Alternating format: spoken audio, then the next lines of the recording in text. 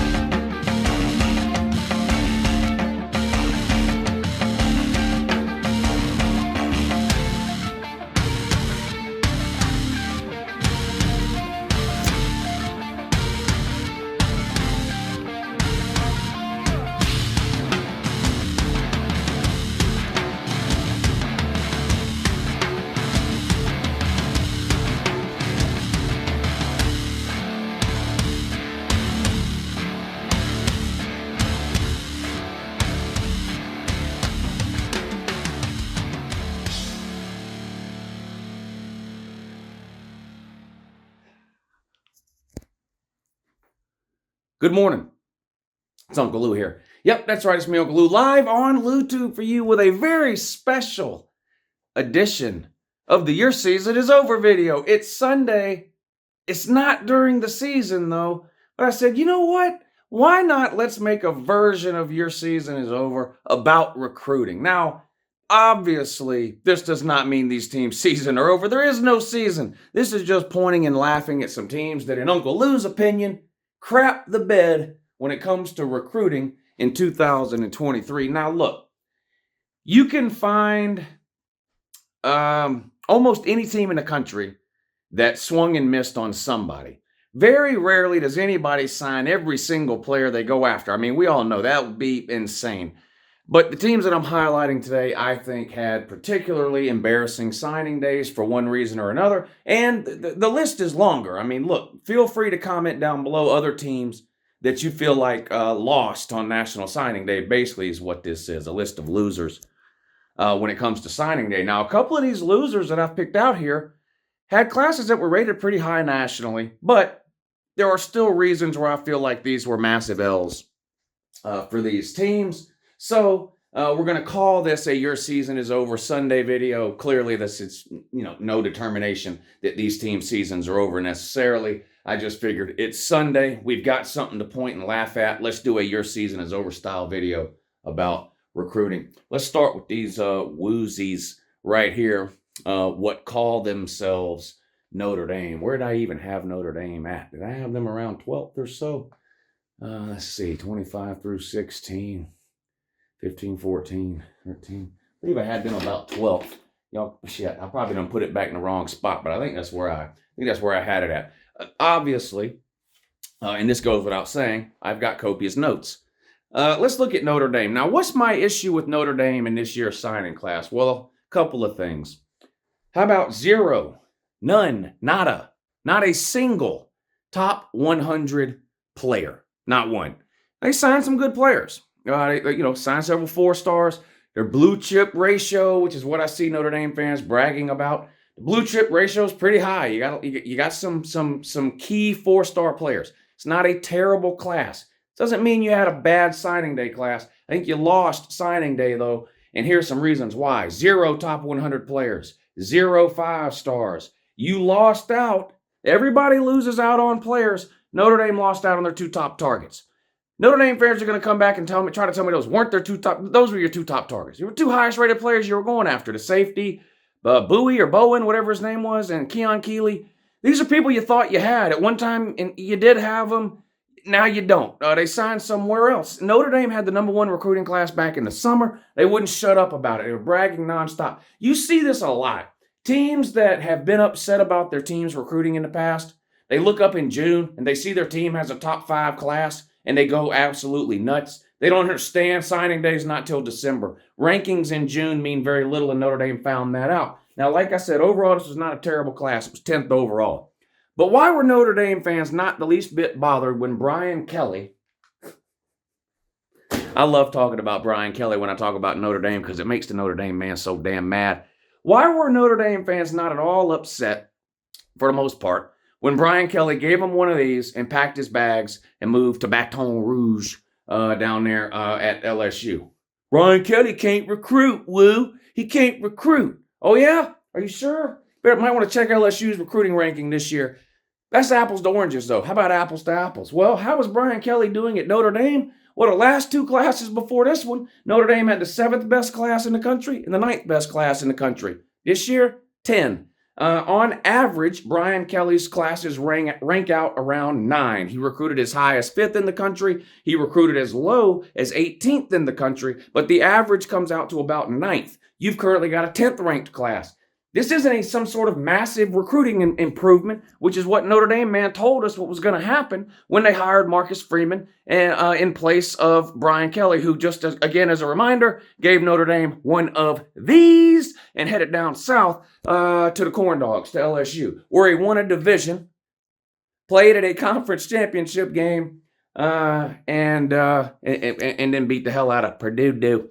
In a bowl game, Notre Dame did none of those things to beat a mediocre South Carolina team after embarrassing themselves for the majority of the season. But anyway, this isn't about that. This is about recruiting. So again, I'm not here to tell you this is a horrible recruiting class, just like I wasn't here to tell you Brian Kelly had horrible recruiting classes at Notre Dame. But Notre Dame fans are right. The recruiting classes that Brian Kelly had were not elite in the right spots. They were missing key pieces every single year. Notre Dame, year in and year out under Brian Kelly, failed to land the elite, game-changing playmakers needed to go from good to great, period.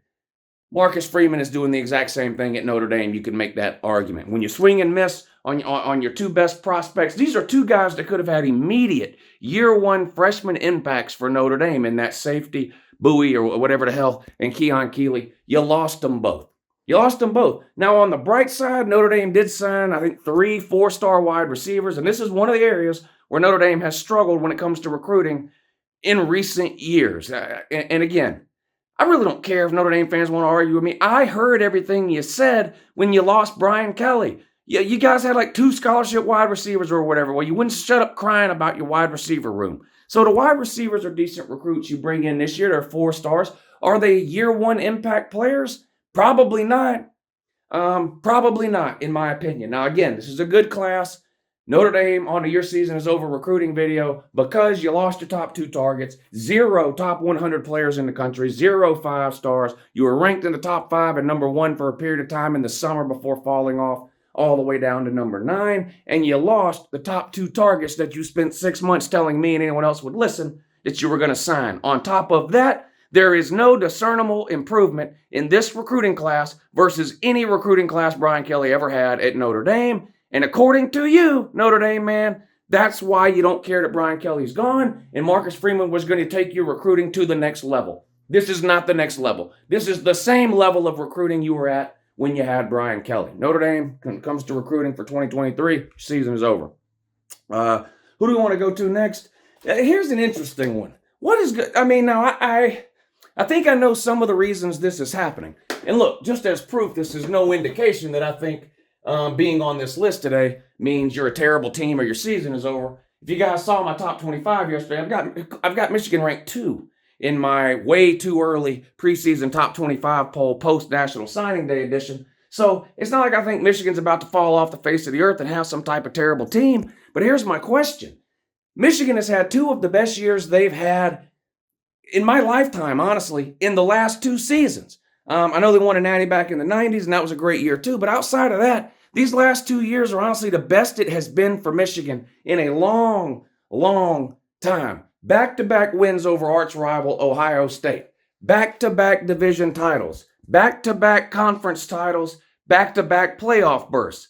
Yes, I know you lost in the first round both years in the playoffs. However, I will continue to beat this drum. As long as the playoffs remain a 4-team playoff, which is only 2 more seasons, just making the playoffs is a hell of a feat. It's a hell of an accomplishment. It's impressive. To be one of the last 4 teams standing out of 130 at the end of a college football season is impressive, and that's indicative of a hell of a season. Michigan has had 2 of the best seasons of my lifetime the last 2 years, and they have gotten absolutely 0 recruiting bump out of that. And outside of the immediate gratification you get from doing things like beating Ohio State, winning divisions and conferences, and making playoffs, outside of the immediate gratification you get from those things, recruiting is the primary reason to be excited about doing those things. You have got to be able to take success on the field and turn it into success on the recruiting trail, and Michigan has not been able to do it. Michigan is the cream of the crop for 2 years running in the Big Ten, yet they're sucking hind tit. When it comes to recruiting, they're currently 3rd this year in the Big Ten in recruiting behind, you already know, Ohio State and Penn State. Like Notre Dame, Michigan signed 0 top 100 players. Now, at least Notre Dame runs around blowing their nose about academics as an excuse to lean on like a blind man with a poke pole walking down the street. Michigan doesn't have that. 0 top 100 players. Now, there are 2 reasons that I think are primarily to blame for Michigan's, I don't know if you want to call these recruiting struggles, because it's a top 20 class, 3rd in the conference. That is not horrible. It's just that if you look at where Michigan normally recruits in an average cycle, you would expect a bump following the last 2 years they've had, and they have not had that. In fact, they've gone in reverse. 2 reasons, I think, for that. Number 1, I've talked about before when it comes to Michigan, and that's Jim Harbaugh's 1 foot in, 1 foot out when it comes to the NFL interview routine that he does every single offseason after Michigan season comes to an end. He's constantly flirting with the NFL. He's constantly interviewing for NFL jobs. He's constantly talking and is not shy about saying that he still has interest long-term in the NFL. And look, how much of that recruits are taking to heart, I don't know. But you're ignorant if you don't think that that is being used against Michigan on the recruiting trail. Of course it is. You have to know that when there's a player that Michigan's going after, and any other program is going after that same player, whether it's an Ohio State, a Penn State, or even an out-of-conference team, one of the first things they're going to tell that recruit is, if you're considering committing to Michigan instead of us, you better really love Michigan because Jim Harbaugh's not likely to be there. Look, he interviewed for another NFL job yesterday. This is what recruits are being told. How much trickle-down effect is that having in terms of overall recruiting? I don't know, but I remind you again, 0 top 100 players signed by Michigan, a team that has made the playoffs in back-to-back seasons, won the conference and the division in back-to-back seasons, and beat arch rival Ohio State in back-to-back seasons. Yet they keep slipping further and further down the recruiting rankings. I think Jim Harbaugh's flirtation with the NFL is part of the reason why. Reason number 2, NIL. Not that other teams are doing it better. It's just other teams are doing it and Michigan ain't. I don't know what's going on with Michigan. They can't get out of their own way when it comes to the NIL. They have basically 0 NIL structure at all at Michigan. Now, you can decide for yourselves what's better, not having any NIL structure at all or having one that completely falls on its face and embarrasses itself like another team we're getting ready to talk about here in just a second, Florida. So you can decide which is worse, not having one or having one that's so dysfunctional it's actually costing you recruits instead of gaining you recruits. But Michigan, and there's a few other head coaches and institutions that also are falling victim to this. You just can't pretend NIL doesn't exist. Again, I've said same thing I've said before. You don't have to like change, but when change occurs, if you don't learn how to adapt along with it, deal with it, accept it, and thrive in it, you're going to get left behind, right, Clemson? Clemson's this way with the transfer portal. Michigan is this way with NIL. We saw teams try to hang on to obsolete offenses as offenses in college football started to evolve around 10 years ago. You don't have to like the direction of things. You don't have to like change. You don't have to like new things or different things. And this is true in football and in pretty much any walk of life. If you don't learn to accept, deal, and thrive in those changes, you're going to get left behind. I don't know the ins and outs of why it is Michigan is stuck in the mud when it comes to NIL. Not my job to know or figure it out, but they better figure it out. Or recruiting 18th in the country is going to seem like a fairy tale because they're going to continue to slide further down the list if they can't get out of their own way when it comes to NIL. Speaking of can't get out of their own way, Florida Gators, they don't even go on the shelf. They're down here in the duty pile still where they belong. And just an absolute clown show of a program right now at Florida when it comes to their football team. It's borderline disgraceful. It has to be embarrassing at this point in time to be a Florida fan with an internet connection. It's got to be embarrassing. You've got to think twice as a Florida fan with an internet connection before you decide to delve into any online debate right now involving college football. Because Florida as a football program, again, forget the team. We know the team was terrible last year and the team's likely to be terrible again this year. Forget that. I'm not talking about a team from year to year. I'm talking about the football program, the administration, top down, the way things are currently being ran in Gainesville is an absolute clown show. And you're the laughingstock of college football when it comes to NIL. I'll tell you right now, I would rather be a Michigan fan. I would rather be a fan of a team that is pretending NIL doesn't exist and burying my head in the sand, as opposed to the Florida, as opposed to the Florida plan, which is to completely botch and screw up every attempt they make to implement NIL. The Jaden Rashada situation is the most embarrassing thing I've seen happen to a football program involving recruiting in a long, long time. Florida stepped on a big-ass rake and popped themselves right between the eyes. It's just absolutely embarrassing the way that whole situation went down. And the fact that it went down publicly is what makes it so much worse, because Florida fans have been telling me and are going to continue to tell me, oh, these things happen all the time. These kids are promised money or they ask for money and the school don't want to give it to them. Okay, maybe, but it doesn't happen publicly like it happened in Florida. It doesn't happen where it is.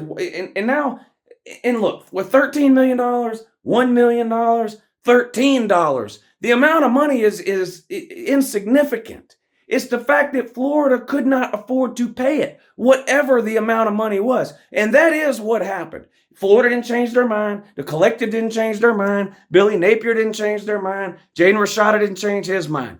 Jaden Rashada was promised a certain amount of money. It's been widely reported that it's $13 million over 4 years. But again, let's say it's $1 million over 4 years. Let's say it's $1 over 4 years. Whatever the amount of money was, when it came to signing day, when it came time for that check to be cashed, when it came time for Jaden Rashada to go to the bank and check on those funds, the money was not there. That is humiliating. That is embarrassing. And it happened in public for everyone to see. On top, now keep in mind, this happened on top of getting shunned by Cormani McClain. Now, Cormani McClain ended up also pissing down Miami's leg and then eventually signing with Colorado. But Cormani McClain embarrassing some other school doesn't take away from the fact that before he embarrassed Miami, he embarrassed you because y'all thought you were getting him too, and you didn't. Now, I don't know whether NIL is to blame for that or whether he just wants to play for Deion, whether Miami offered more money. We can go back and forth to the cows come home and all that. That wasn't as public of a situation in terms of what was happening behind the scenes as the Jaden Rashada thing was. So losing Cormani McClain is not really embarrassing. It's just you lost Cormani McClain. You had him. He's in your backyard. You recruited him hard. He was your prime target in this year's class. You thought you had him, and you did have him up until the day he got ready to make his commitment, in which case he gave you one of these and committed to Miami. He then gave Miami one of these too, and now he's with Colorado. But again, pissing on Miami man's leg and telling him it's raining doesn't take away from the fact that he took a giant dump in your mouth prior to ever doing that to the Miami man. Florida did not have a good recruiting class at all. And you can scream and tell me anything you want till the cows come home about how it was. Where'd y'all finish? 18th? That can't be right. You finished 18th? Wow. 5th in the SEC. Not good. Not good. And again, this is a similar situation to Notre Dame when transitioning from Brian Kelly to Marcus Freeman. You transitioned from Dan Mullen to Billy Napier. In both cases, it was the same thing. The previous guy can't recruit. Previous guy can't recruit. Well, the previous guy makes Billy Napier's recruiting look even worse than it is. Dan Mullen was recruiting at a higher level than Billy Napier. And every single Florida fan on planet Earth was completely okay with firing Dan Mullen for one reason and one reason only. He couldn't recruit. Well, if he couldn't recruit, and the guy you brought in to replace him is recruiting at a worse level, and your program is currently being embarrassed nationally and publicly when it comes to recruiting in terms of NIL, the whole Jaden Rashada situation, how can you with a straight face be excited or supportive in any way of what's going on at Florida under Sunbelt Billy? The guy doesn't know what he's doing. He had one of the worst years at Florida as a first-year head coach ever. The guy's a complete disaster. And Florida is likely to be worse this coming season than they were last year. They brought in Graham Mertz. First of all, Florida's lost its top two quarterbacks from last year's team. Anthony Richardson, NFL. The backup, jail. The third string, Jack Legg, I think his maiden name is Miller. Jack Miller. His married name is Jack Legg. This Jack Legg, he played against Oregon State. Worst Power 5 quarterback I've seen in a long, long time. So it was obvious Florida needed help at the quarterback position. They tried to bring in this person. They tried to bring in that person. The guy from Coastal Carolina, Sam Hartman, Devin Leary from NC State, all these big-name quarterbacks. Who'd they end up getting stuck with? Graham friggin' Mertz. One of, if not the worst quarterbacks in the Big Ten over the last couple of seasons. He's the sole reason Wisconsin hired Luke Fickell. Graham Mertz is the reason Wisconsin fired their coach. He led Wisconsin to their worst year of this century, their worst season this century.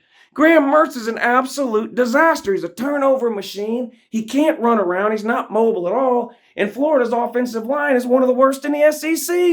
I don't know what is going on down there. I have no clue.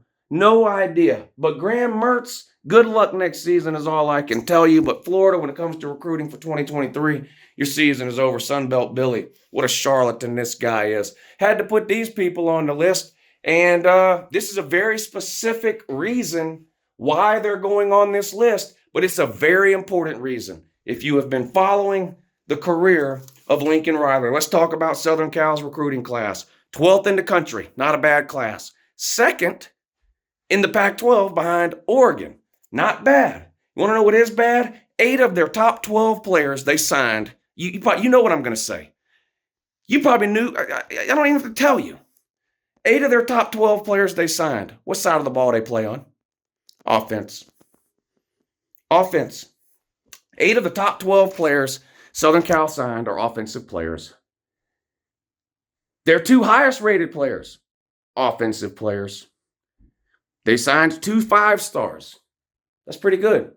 Both offensive players. No one is surprised. No one is surprised. But the defense ain't getting no better. And I'm going to talk about the transfer portal in a second as it relates to all of these teams and college football in general, and how I apply that towards recruiting. But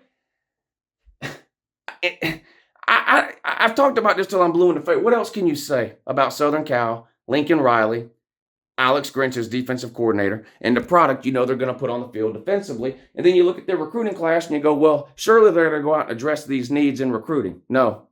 Now, maybe they tried and failed. I don't know. But when 8 of your top 12 players are offensive players, and who's surprised by that?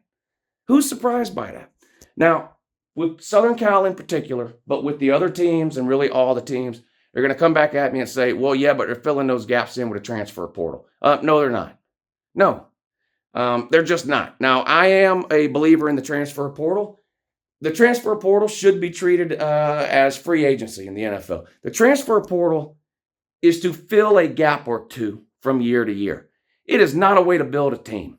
It's not a way to build a team, and it's not successful in the long run for the same reason that back in the day, just signing JUCO players every year was not a successful long-term plan. Why? When you're getting players from the transfer portal or from the JUCO ranks, you are getting players that have already used up some amount of their eligibility. What does that mean? Well, that means instead of signing a player out of high school and being able to have him for 4, 5, or 6 years, depending on his situation and what happens, and being able to play him for 4 years, you are signing players who are only able to play for 1, 2, maybe 3 years at the most, right? Because they have already generally used up at least 1 year of their eligibility at their previous stop. And in a lot of cases, when it comes to the transfer portal in particular, you're getting juniors and seniors out of there who maybe just have 1 year left. You can't build a program that way. You can't do it. You are having to restock those shelves on a yearly basis. Whereas in recruiting, you go out, you sign 25, 18-year-olds who are all in theory eligible to remain on your team for 4, 5, or 6 years, 4 at a minimum, 6 at the most. This is not the case through the transfer portal. So you end up every single year in a recycling type mode, in a rebuilding mode, almost every single year, because your players are running out of eligibility on average after 1 or 2 years instead of after 4, 5, or 6 years. It's perfectly legitimate to use the transfer portal to fill in gaps. It's not going to work to build and sustain a roster long term. So even if Southern Cal goes through the transfer portal and brings in some defensive players, it's not a long-term solution. Lincoln Riley's mind and philosophy has got to evolve defensively. He's got to put more effort recruiting-wise into getting defensive players. Now, it's going to be hard to do because Lincoln Riley has a reputation at this point of defense not mattering. And he can tell defensive recruits that he does think defense matters, but the proof has been in the pudding for 5, 6, 7 years now with Lincoln Riley. The guy just can't field a defense to save his life. So you look at what happened to Southern Cal last year. It's the same story from Lincoln Riley every single year. Overall, had a good season with a good record. Had a very dynamic offense, top 10 in almost every category, Heisman caliber QB, offense nearly unstoppable, defense doesn't exist and can't get past a certain point. At Oklahoma, it was the playoffs. Made the playoffs every year, lost in the first round every single year, 0 playoff wins. First year at Southern Cal, yes, remarkable turnaround, inherited a 4-8 team. No surprise, though, that immediately he shows up and they have one of the best offenses. He brings Caleb Williams in. He goes out and he gets the best wide receiver in Jordan Addison, brings him in, brings the wide receiver from Oklahoma, gets a running back from Oregon. All these people through the transfer portal. None of them are going to be there for 3 or 4 years. They're transfer portal people. They're in and they're out. They're in and they're gone. Out of the NFL, Caleb Williams comes back. But then the defense cost you in the Pac-12 title game and the bowl game, both of which you lost. You lost to Utah because you couldn't tackle, period. You lost to Tulane because you couldn't stop a nosebleed against friggin' Tulane. Worst defensive performances of the year happened for Southern Cal in the last 2 games of the season.